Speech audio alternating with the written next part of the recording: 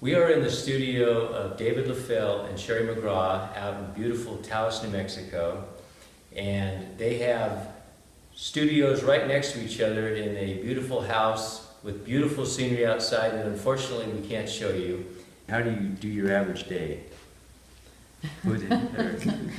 How does that come together? Every day is kind of different, but every day the intent is to be in the studio. So, I mean, we would work 7 days a week if we didn't have other interruptions, you know.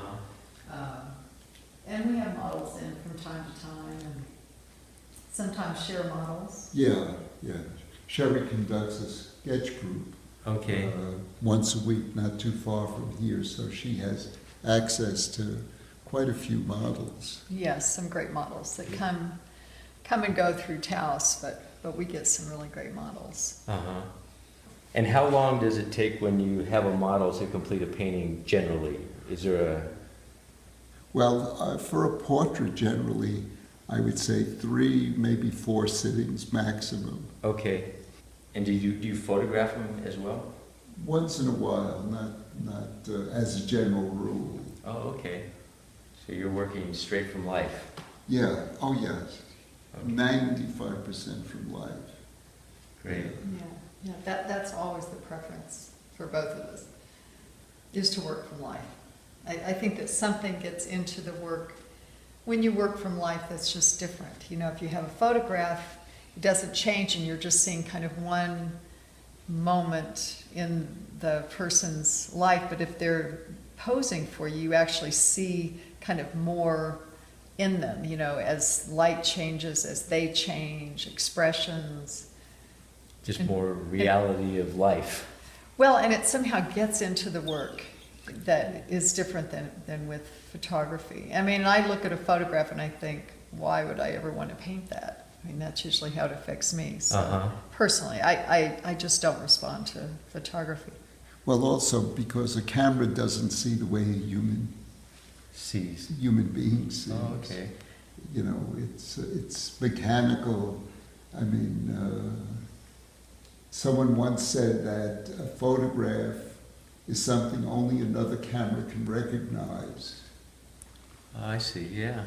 I mean, I know it's so prevalent in the world today, you know, using photography, but so we are kind of the dinosaurs that we've, you know, that we still love working from life. I mean, that's... Yeah, there's no other way, actually, to really capture someone except working from life. You know, as I just said, we're seeing with all our background, our conditioning, our assumptions, prejudices, and a lot of practice, I'm sure. Yes, the nervous system. A camera is only seeing something very mechanically, and you know, there's no tactile quality in a photograph of what a person's skin looks like. You know, what's important, what's not important. You know, 2 people, 3 people painting the same person, they're all going to look different because of the different nervous systems, where camera, it's always going to be identical. Yeah. It's just, we've been so acculturated to accept photographs, but if you show photographs to Aborigines, they have no idea what they're looking at except a bunch of gray smudges. Yeah, wow. So... And how do you find it as a husband and wife, both being accomplished artists? Do you look at each other's work and critique it? Do you stay away from it? Do you help each other? Or do you just, are you independent, or how does that work? How does that work? Well... Does it work? Yeah, it doesn't work. Well, in terms of critiquing, it's only when asked. Okay, all right, that's a rule. Kind of the rule. Okay, the road. And we're very honored that David and Sherrie are both going to be teaching at the Artist Material Expo, which is September 29th through October 2nd at the Buffalo Thunder Resort.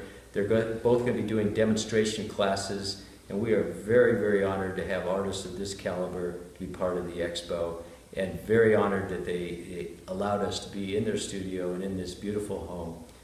Thank you.